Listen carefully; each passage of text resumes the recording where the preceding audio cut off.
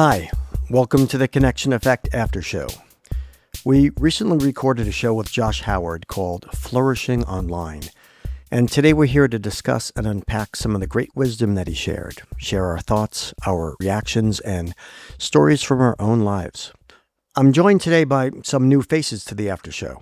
Dee Sullivan, who's a marketing director, Laura Anelio, who's a personal coach, and also a friend of the show, and of course, Harry, who will be guiding us through this conversation. Harry, take it away. Thanks, Bill. Excited to be here to talk about the episode with Josh. For those who are veterans of listening to the after show, I always throw the first question back to Bill. So, Bill, could you tell us just a little bit more about your relationship with Josh, how you guys met, which some of us know, but others don't. And then I am always curious how you felt during the interview, too. So, Josh was a classmate at the Masters of Positive Psychology program at UPenn, and we met through that. And what interests me greatly about Josh's work is his foray into social media, because he's looking at the positives instead of the negatives. And it's an unusual take, and I think it'll be very exciting to sort of jump into that from that aspect. Yeah, thanks for that. And I think we can just jump in, and it's a little bit of where I wanted to start too. I think as I listened to the episode, one of the things that I found myself kind of hitting stop and then replaying and rewinding a little bit was I was stuck thinking about just my own feelings. Like, what type of feelings was I bringing into this? That social media is bad, that social media is good. I'd never really had that thought even to begin with. So I thought we could start there with our own perspectives. So currently, how do you all feel about social media? Does it do more harm? Does it do more good? Where would you start with that? Dee, why don't we start with you? Yeah, so as someone who spends probably countless hours on social media, it would be terrible if my screen time got out. I think that it does more good than harm in terms of just helping small businesses be able to spread the word about their businesses, in terms of creating jobs. Influencers were not a thing. Now they are a thing. People who are doing TikTok dances are now choreographers and own dance studios. So it really is a space for creatives to express their feelings as well as share their content or gifts in some way. And that has led to them being able to make money off of it. So I think in terms of those two aspects in a capitalistic world, it's really good. And then people can just share their thoughts, feelings. It's almost like a therapeutic space as well for mental health, which people would automatically think the downside of, oh, it's bad because people could be bullying you or things like that. But there's also so much good that comes from it. Dee, real quick, on the after show, we're a judgment-free space, so we would not judge you for your screen time if you told us. Thank you. Thank you. I won't, but thank you. Let's hear more. Laura, how about you? Yeah, so I have to say the episode got me to be more balanced than I was coming in. I think I would have come in saying it does a lot more harm than good. I think for me, it's just important to remember that, these companies are businesses, and their business model is to sell us things. And so some of that means really keeping us engaged. They've really learned how to hijack our attention. And also a lot of times content is set up to sort of help you feel like there's something missing in your life so that you'll buy something. But I do really appreciate Dee's point here, which is I think I really like that it democratizes media, that instead of just a few people having control over what we can see and what we're exposed to, a much larger, number of people can do that. And so I think you get a much wider exchange of ideas. And so I was really appreciating that when I was reflecting on the things I really take from social media through the episode. So maybe is it fair to say a little bit of a perspective change as you listened?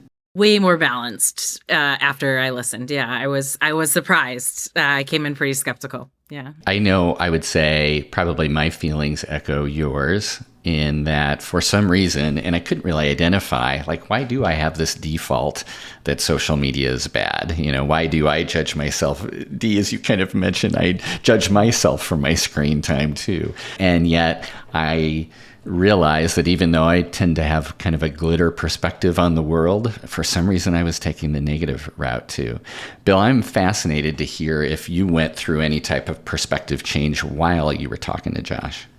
Well, first I want to talk about the question itself, which is it good or bad? And I guess my kickback question to you is based on who and whose perspective. Because, is this an internal thing that how do we feel? Or is this something that is reflected by the press that social media gets? Because to me, the social media that press gets is enormously negative. I would venture to guess that if you looked at the number of articles, that it would be overwhelmingly negative versus positive. I don't see much work out there by commentators or articles that talk about the positive sides, which I think makes it so interesting about Josh's work. He's really looking at it from a completely different lens. So I don't look at it as negative for me because I have boundaries. And that was one of the things that Josh talked about. But I am acutely aware that many people feel that it is negative for them for many, many reasons. The one way it is negative for me, though, is I find it's a quick stimulation crutch. This and Amazon purchasing of toilet paper are two things where it's like, I'm a little bored. What am I going to do to get a little rush? I'm going to go order something from Amazon, or I'm going to go on social media and interact with it. And I don't like that it has that power over me, that it's, it can be a default. And that's something that I've been thinking about lately in terms of controlling better. I love the sharing too, and I'm gonna have so many questions next time I come visit your house about what toilet paper is popular right now.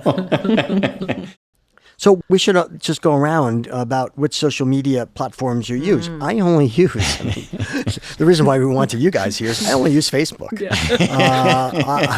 So I'm really not, sort of sucked up into that world, and I'm pretty happy not to be. I mean, I'm sorry, a little bit of course, LinkedIn. So what do you guys use? Laura, what do you use? Yeah, I will tell you LinkedIn is my least favorite, Bill. I think Instagram is my primary. I also use Facebook. I have not gone to TikTok. I feel like TikTok and my brain will explode. But those are my primary, I'd say. Yeah. Right. Dee? Which platforms? Yeah. I'm on TikTok all day, every day. Instagram, I try to check only once a day. Okay. Snapchat, I'm still Snapchatting people. And I deleted the Facebook app years ago. And if you guys see me on LinkedIn, that means I'm looking for a new job. That's not. This is not a smiling face here. Sad face emoji. Harry, what about you? I'm kind of in between. So I would say, like, I still have Facebook just because my generation, there's a lot of, like, if I want to keep up on friends and family and distant friends, like, if there's what are their kids up to and things like that, I'm a very passive follower of that. Instagram would be second most, and then I've fallen, Dee, I'm right with you, in the TikTok trap and have to set time limits. And it's terrible. They know that I like to watch people, like I mentioned, slide downstairs. So I need some funny stuff. And then I get some really stuff that I feel I'm learning something. Like right now, apparently I'm into quantum physics. I didn't know I was, but I'm getting all sorts of stuff about time, space, and things. And so I've got to figure out then how to nudge my algorithm somewhere else, because it can trap you, because in my brain, I feel like I'm learning. So I'm getting some meaning. It's kind of kicking on some of that knowledge value and things like that. And so it allows me to blow right past the time boundary alert that comes my way.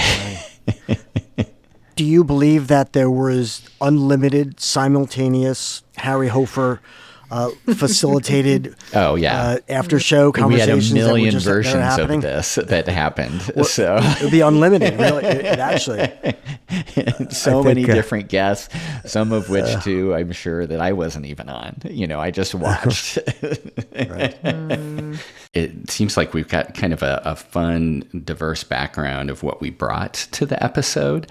Bill, you and Josh kind of took us down the road of let's apply this directly to well-being. And we brought in the PERMA model of well-being that is applied to positive psychology, and spent a lot of the episode going through the P, the E, the R, the M, A. I thought we could all maybe highlight, which of the PERMA concepts really resonated with you as Bill and Josh went through them. And I'll maybe start on this one too. It's where you guys started, which is the R, which stands for relationships. And I for sure know, and Bill, you went down this road in the episode quite a bit, is that there are people I feel connected to, even if I'm not even talking or messaging directly with them, that I would not have felt connected to beforehand without social media. And I know that it does everything from shows me, what an old friend is doing that stimulates a good memory, or even gives me an avenue to think about, this might be someone that I'd like to add into my network too. There's a lot of positives that go with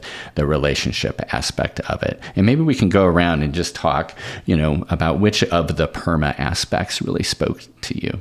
And Harry, just to refresh for the audience and for our panel, PERMA, P is for positive emotions, E is engagement or state of flow, R is relationships, M is meaning or mattering, and A is achievement or accomplishment. So just as a refresher. Yeah. I'm happy to weigh in here. I think the first one that came to mind for me were positive emotions. I think, after a long day, some cat videos, some comedian videos, it can be a really nice way to just get some joy, some immediate joy that I don't have to work for. And then that joy can be spread and kind of enjoyed within relationships, because usually what will happen is I'll see something that I think, oh my gosh, this other person has to see it. And so there becomes a nice connection, kind of the same way that we used to quote movies. I can now share a meme or a reel. And then actually a lot of times it'll get embedded into our real lives, where we might be enjoying a memory together, a moment together. And it'll be kind of a inside joke. I would say the other one for me really is meaning. And I think, like Dee was saying, just exposure to different ways of being that I don't think I would have seen on standard TV commercials and advertisements, but whether it's somebody kind of living more simply in a small house, or maybe deciding hey, ways that I can live more affordably and I'm okay, or different body shapes, that people that are just showing their body shapes. And so there's a sense of that really resonates for me, and it gives me a sense of what matters to me and what feels important into my life. So I think those are the key things that I really identified with after the episode. Yeah, Laura, I like that. In fact, as I was listening to you, covered positive emotion, turned it into relationships, and then closed out with meaning too, just with a few examples. And I would like to say, for the record, I do, however, feel a little bit guilty that I enjoy watching people slip on their stairs, from a ring cam. I enjoy it a bit too much, but I'll be talking to you all off after we've done recording to help me with that. I'm sort of fascinated about the belonging and sense of community. There's a silly but wonderful Facebook page that I'm part of called I Grew Up in Huntington in the X Decades. And that's my hometown. And my gosh, people I've never met before, but 10 or 20 years older than me, and certainly 10 and 20 years younger than me, are all talking about what it was like over the last bunch of decades to live there. And they're posting pictures of their favorite restaurants, and people are commenting on, whether or not that restaurant they went to after all special events. So it's created a tremendous sense of community with me and the people that I grew up with. So I enjoy that page immensely. Dee, what would you share? I would say relationships is what I connected with the most. I was a military brat, so we moved very often. So social media was the only way for me to really stay connected with friends that I had in different locations from us moving. I hate talking on the phone. So I am all for if all of my friends could just post their entire lives all day, every day, then that would be amazing. But also what Laura was saying, an extension of that, being able to send each other posts and things that we see on social media is most of my text chains now, or it's me if I'm in person with someone saying, so did you see that video I sent you? Or we're connecting over us looking at the same post. So it's definitely a way to build relationships and also continue relationships that you maybe haven't seen that person in years. Yeah, I want to riff off that. The relationships and the connection between people and amongst them without a direct interaction necessarily, which is really unusual. Now, obviously, I would prefer an in-person active interaction, but if I can't have that, seeing what somebody has posted and, I don't know, having empathy with them, connecting to, what they're thinking about, how they posted without interacting with them is a very cool way to keep the relationship going and stay, feel as though you're still seeing them and interacting, even though you're actually not.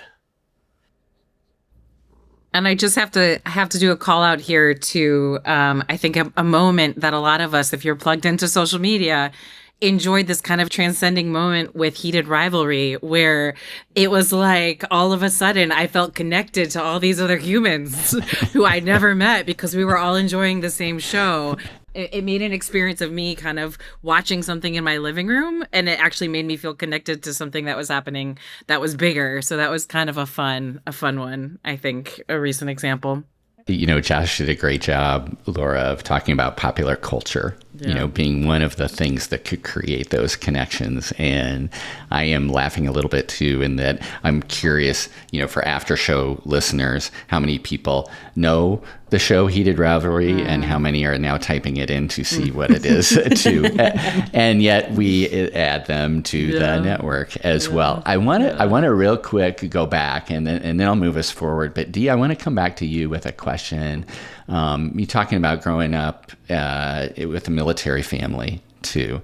Have you ever kind of played that kind of thought game of saying, what would it have been like with more social media access growing up or not? Like how where's your brain go when I bring that up? So I'm a zillennial, I like to call myself. So I got on Facebook in 8th grade, right before I was about to move to Italy from Virginia. And so I was able to connect with all my friends right before I left. But if I had more social media time, then everything, all the friends that I made previous to that, I would still be connected to. So it's really just a before social media and after social media time frame. Like I'm still connected to everyone since middle school, but before that, elementary school, who knows where those people are. But also, I guess at that age, would I have been on social media if social media was even around? It's hard to say, right? Yeah. And I mean, that'll be the never ending, kind of study question that we can be dealing with too. So thanks for that extra little bit of information about you and your journey too. I was happy though, because I know we're throwing a lot of glitter and unicorn dust on social media right now so far in the after show.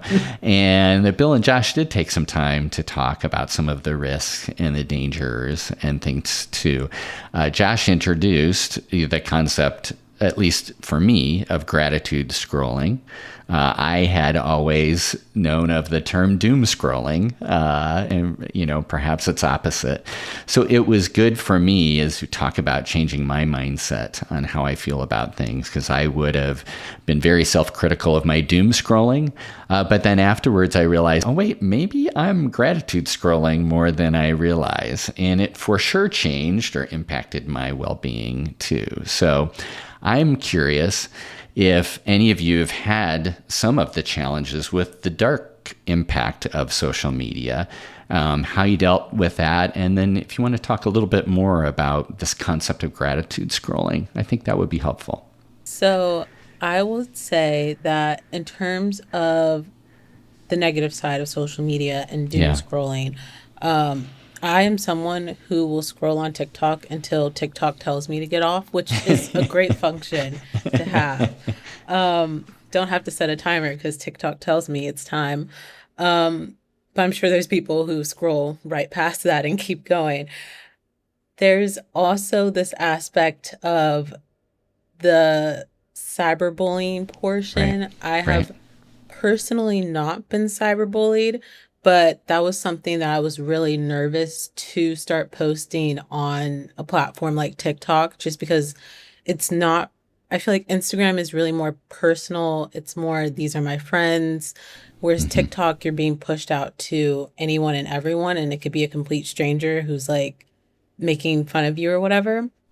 Also, as a person who, this is a judgment-free zone, is a silent bully in the terms of if I see something crazy, I'm sending it to my friends and I'm like, what is she doing? Or stuff like that. And I'm like, other people could be doing that with my content and you just don't know it.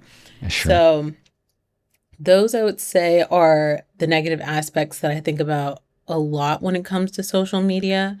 But in terms of the positive, I find it very motivational. So I'm looking to get videos or content that motivates me to do whatever it is I need to be doing. I will get up, and part of my morning routine is watching other people's morning routine videos. So it feels like we're getting ready together. And then it just encourages me to have a good day. If I want to go to the gym, I'll watch people's gym videos. And I'm like, okay, now it's time for me to get it.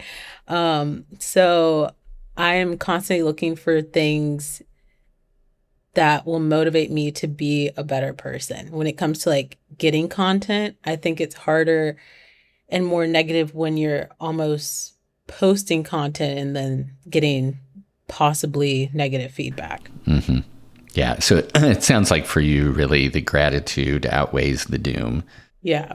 But I wonder if social media amplifies some of one's personality characteristics. In other words, you're looking at it from what can I learn in terms of morning routines, whereas some people could look at it and other people's morning routines and say, oh, I'm a loser. Look what they're doing. They got it together.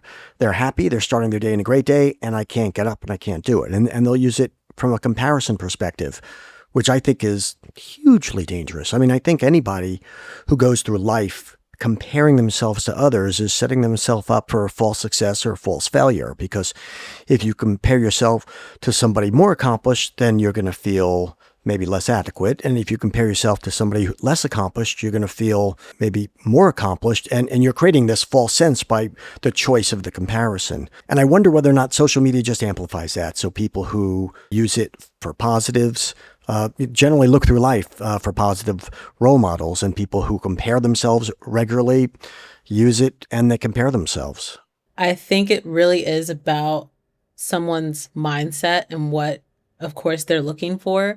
But I also think that comparison is a default, and that even when I'm watching someone's morning routine, I try to do positive comparison. If someone was up at, sometimes people are like, oh, this is my 3 a.m. morning routine. And I'm like, girl, what are you doing? But realistic times, I'm like, okay, if they can do it, then so can I. Or it then leads into, okay, if this person is doing their 5 a.m. morning routine, how do I take steps to get to that point? I like it. Laura, go ahead. Yeah, no, I love the question, Bill. I think there's something about how much we're exposed, like in addition to mindset, it's sort of like the amount of exposure. And I think it's hard sometimes to keep a sense of like the messy reality of life if you're just seeing sort of like pretty picture after pretty picture after pretty picture. And so I think for me, I'm totally someone who could idealize or have perfectionism. And so I see these like beautiful apartments, or I see these like, gorgeously organized spaces, and I think it would be easy for me to sort of start to expect that, and yet it's not really. Like, I could get a little wound up on that if I see it too much. And so yeah, I think it's like a little bit of a yes and, like, we have to keep some perspective in order to help our reality or like our systems keep reality. I have this really goofy habit because I'm fascinated about how much social media actually reflects reality. So very often when I'm out and about and somebody's taking a picture of somebody else and I'm expecting it'll be posted somewhere, I look right after the picture to see what that energy of that person is. Are they smiling or in the same place that it appeared from the picture? Just again, I'm not so sure. It's not a large enough sample to basically make scientific determinations, but I am fascinated about, yes, when you're taking a picture and posting it, you're in your best self, you've got the best smile, and everyone probably thinks, oh my God, their world is fabulous, and they're just happy and everything's great. And that can be hard for people to look at and just see that, especially if you're not feeling in that state. For sure. I've had this theory for a while that the happier that people look online, like, actually the like maybe worse off they are inside. And I'll just say from my own personal experience, there was a period of time where I remember I was like taking all these pictures in all these places, and a lot people would reach out to me even and be like, "Oh, you look like you're doing so well. You look like you're doing so great." And the reality of it was that I was post breakup and I was posting all these photos to try to make somebody else feel jealous. And that wasn't when I'm kind of in the moment having fun. I think I don't usually take those photos and post. So yeah, but like that was my experience, but it's interesting to think about what's actually happening for people in those photos. Josh, I thought, brought up a great point and said, I think he mentioned following some fitness influencers, and especially after he had gained weight after his accident, and then realized that, hey, I can never be that. And in fact, this is their job, or maybe a key part of how they're even aspiring to earn income too. So having that appropriate filter, I think is good. I would say though, like, I do like, role models. Like, role models have always been part of what's motivated me. And I think that word aspiration, like, I can aspire to this, and yet I don't necessarily hold myself to it. And yet I know that's a fine line that some people really struggle with too. I think for me, what's interesting is this is not necessarily a comparison, but I'm finding that I've been watching lately, or the algorithms have found me with the people who clean up yards, like as a service. Like, they find like their really overgrown yard and they come in and, there is, if we apply PERMA, there's some like meaning to this, like they're helping people by doing it. And yet I think I really watch it just because I get to see completion of something that's a little chaotic. And so there is something else that my brain is needing that I'm getting a little dopamine hit of too. Josh talked about intentionality, and your example, Harry, made me think about there's got to be a conscious intentionality. Is like, I want to go and look and, interact with people who are watching the same TV show and see their comments. And the other is, you probably weren't even conscious that you were looking at those yard cleanup companies, but there was probably some intentionality there that you were choosing at some level to go there. Something, and right?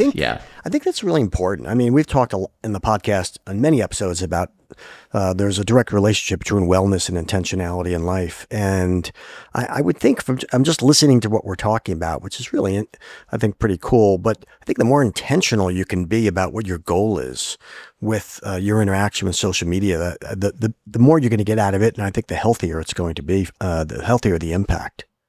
Yeah, no, I couldn't agree more. I think the biggest negative impact for me is how my attention or my focus has been impacted by like quick. And if I sort of just followed the algorithms and just kept going, like, I could be there just soaking up all kinds of things and then my brain just kind of wanting more and more and more. But if I frame it around like, okay, how does this actually support me in terms of focusing more on what's important in my life or supporting me in building the life that I want. So then I think I can enjoy more of the positives of social media. So for example, really following the people who, when I see their posts, I feel like maybe some greater self-acceptance. So there are some women who are like, this is my body. Like, look, this is a role. It is okay. Yeah. And I'm like, okay, great. And, or finding recipes that I really want to try. I think I like the idea of getting inspiration and then the sense of seeing somebody else do it. And then sort of being like, yeah, I could do it too. I think I heard that both from Harry and Dee. And that feels a lot better to me than sort of, I think what can happen, which is that like, oh, I just don't want to feel what I'm feeling right now. How do I escape it? Okay, let me scroll. I think that's when I notice it feels less good. Because the algorithm can drop you anywhere. And it will have your feelings high and low. Like I will go from crying on a video to the next video I'm laughing. And it's like our brains should probably not be harassed like that. Yeah. This way, then that way, then this way, then that way. But Lori, you just brought up something that I want to be more aware of. You know, that dopamine fix that we're getting from the quick. Yeah. And my gosh, I mean, it feels good, but it can be so unhealthy because if you carry that forward, I mean, life is not about a series of dopamine fixes. And if you're constantly chasing that, then you're eating chocolate, you're eating comfort food, you're doing drugs. I don't know. You're doing things that are going to continue to give you that, as opposed to maybe something more spiritually based and healthier for the brain. But yet it's, at the same time, it's fun and it's exciting. So, you know, I guess finding that balance. And the question is too much to expect for us to be that intentional when we're going to go on social media and say, all right, I'm going to have a limit. I'm going to not have too much of a dopamine fix. I'm going to get just the right amount of buzz here. And then I'm going to jump off. You know, do we have that control? Dee, you're shaking your head no. So I want you to tell us more about that. No, we don't. Or at least I don't. Please. We should name this episode Social Media, the Gateway Drug, because I am addicted. If I have 5-10 minutes, I'm like, oh, let me hop on, scroll. But I do try to not do like little things to maybe not destroy my brain, and I won't try to watch videos in like 2x speed, and I'll try to sit there for the whole 2 minutes, or I'll try to supplement long form content, and like I'll watch an actual TV show and try not to touch my phone while watching that, or watch like 10-minute YouTube videos, things like that. So I'm trying to be conscious of it, but also anytime that I'm not doing something, I'm automatically getting on my phone. Does the TikTok timer ever get you off? Yes. Yeah. I'm very faithful to the person coming on and being like, hey, you've been on TikTok for a long time. And I'm like, okay, yeah, you're right. Pat your head. Bye. You're sweet. But you've been here. You know, just thinking for the parents that are out there, my gosh, I mean, if your kids are of age that have a phone and are in social media, wouldn't you want those controls, parental controls on there? Which actually kicks them off after a certain number of minutes because, you know, that's certainly the healthiest approach. And I wonder if parents are doing that. I know, Bill, you brought up Jonathan Haidt and the anxious generation early on in the episode, and he probably would be one of the more vocal thought leaders on, you know, having some very strict policy-based rules, especially up until you're 18, about how much you can use, what type of phone you can have, does it get brought into schools, you know, those types of things too. And I think it is an important topic too, not only for your own self-awareness, but when you think of friends and family and other things too. I wanted to highlight briefly, and then there's another question that I want to ask to the group, but Josh mentioned 3 main tips. You know, one is to really make sure you are focusing on gratitude scrolling, and you are not only looking at things that do kind of activate some of those PERMA concepts that the episode talked about and that we've talked about, but to also then add positives back, like, hey, I appreciate this, or to build off of and connect with the person who is the influencer who might be posting that, or the friend or the family member for that matter. Time boundaries we've talked about, time boundaries we've joked about, time boundaries are always there, and it's great that the system has those built in. And then Josh, and even we've talked about this too, is just to find those things that matter to you in a big way and really make that the thing that you purposely follow to bring in some of that meaning or mattering that Bill, you and Josh did a great job of talking about, I think is important. I want to take us to, as we get close to closing here, is Josh had this quote: social media is a part of life, but it's not real life, which is a provocative statement to make. He then followed up by saying, can we get to where we treat each other online in the same positive way we do when we're face to face with another human? And he was getting into some concepts about how social media has made it really okay to talk about everything. And can we do that while accepting that we don't have to necessarily agree about everything? Josh mentioned the Overton window.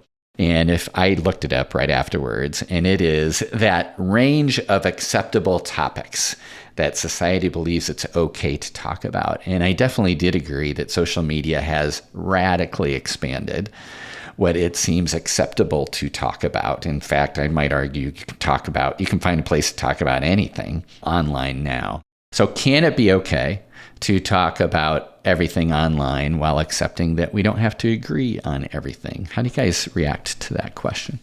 It's interesting. My experience of social media is probably the opposite of that observation, which is my algorithm sees and knows me very well. And so I feel like I'm really exposed more and more to kind of a smaller world.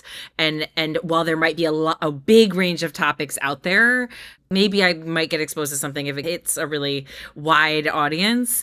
But on the whole, I actually think I am sort of reinforcing my little corner looks like me. Yeah. And so I actually think I would invite even more exposure to things that are different from me. But on the whole, I think I'm engaging with a world that says, oh, the way you are, like, let me just feed you more and more and more. So it's an interesting point because my experience of social media is a little different than that. You've really found a network or tribe, so to speak, that fits you. I mean, I don't think I found it. I think the algorithm is feeding it to me. I had to do very little work here. Yeah. Your AI overlords have found it for you. Yeah. Okay. Yes. Yeah. I feel I'm not sure anyone sees me as well as my algorithm. Yeah. Very good. Thanks for that. Yeah. Dee, how about you? I feel the same. I think that the algorithms really try to make sure you're staying on whatever app you're on, and upsetting people could cause them to leave the app unless they are people who like being upset and they like possibly arguing and debating with other people. But I do think that seeing things that you don't want to see will drive you from the app. Or if you are to stay on the app, I think more people are likely to argue and get upset than they are to agree to disagree. Like, I think emotions get really high. It's almost like there's a fourth wall. You're not actually talking to this person. You can say whatever you want to say. So I think it causes more negative effects than positive effects if the algorithm were to accidentally dip you into your not comfy pool. Yeah.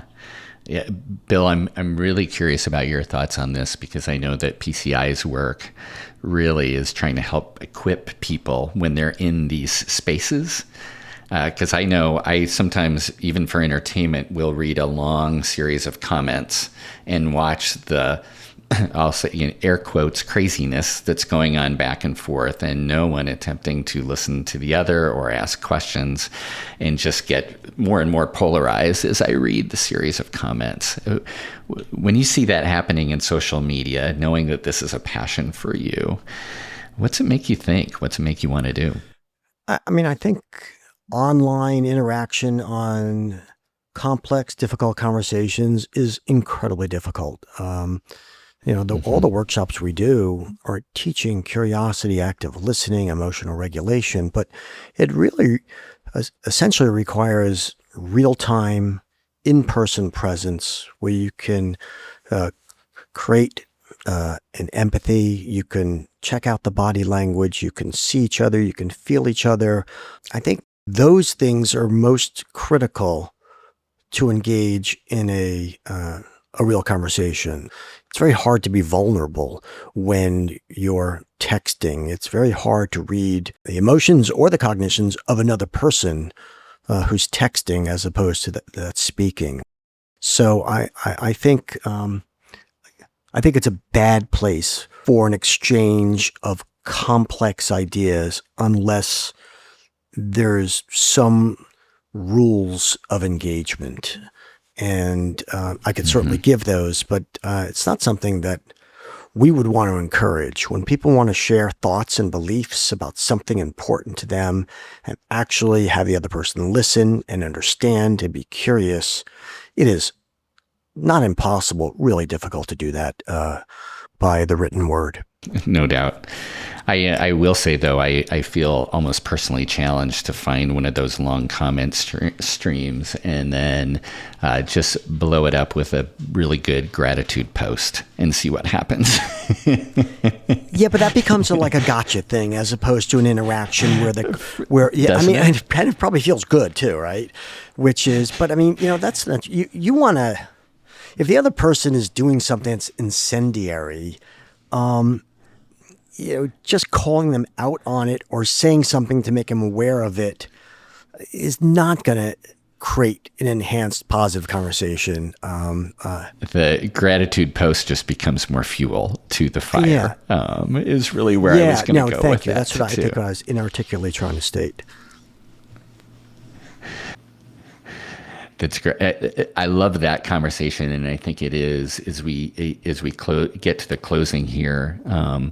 I think it's a good point to bring up because there is that reality, and I know that when I am reading those comments, or I find myself polarizing one way or the other, or I'm feeling emotion that does not connect with the more positive side of PERMA. I think having that awareness and then being able to make a choice about what I do and how that might impact future scrollings or how I need to influence my algorithm, I think is important, no doubt about that. Bill, you closed the episode with a really cool quote.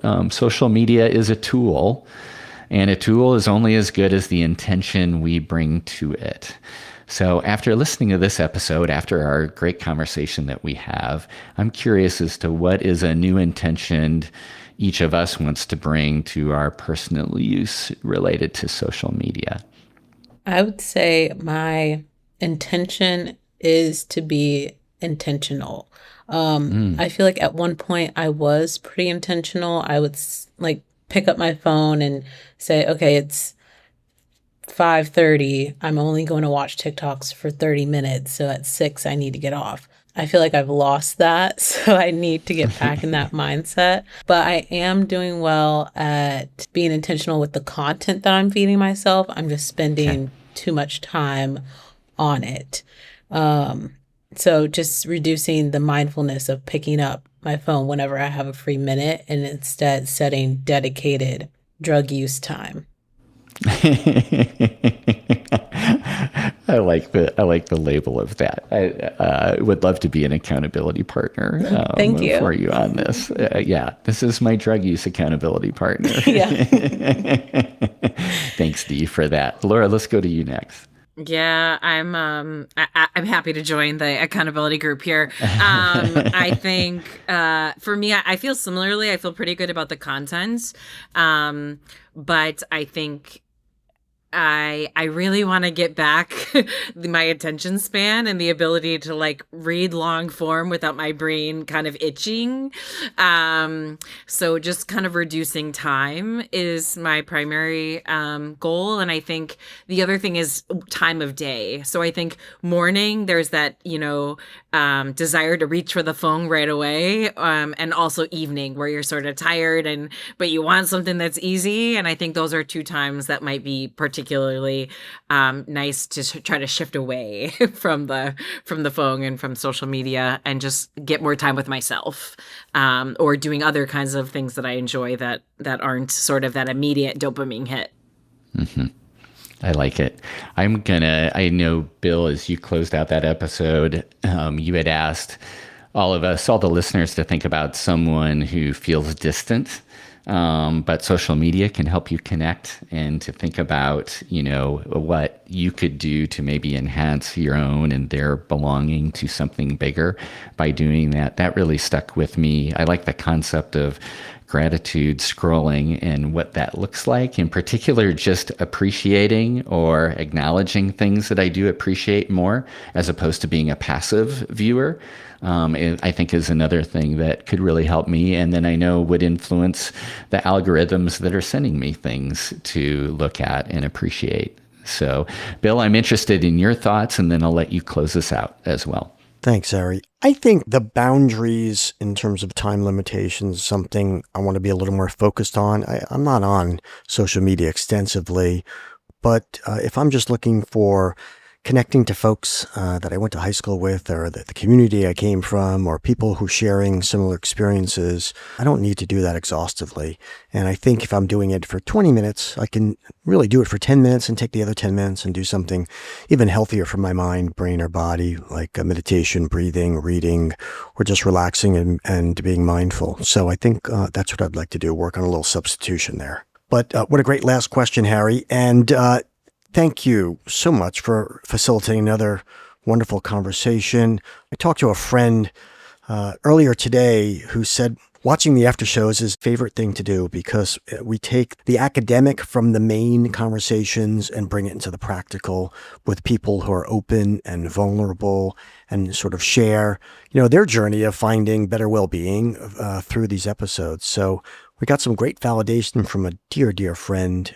Shout out to Jimmy. And you guys, Dee, Laura, Harry, you espoused that today. So I want to thank you so much. To our listeners, this closes out our after show. We invite you to join us and follow us on Substack at connection.net/Substack. Please share your thoughts, your questions, your experiences, so we can continue to expand our community. And that being said, we look forward to seeing you in the next episode of The Connection Effect.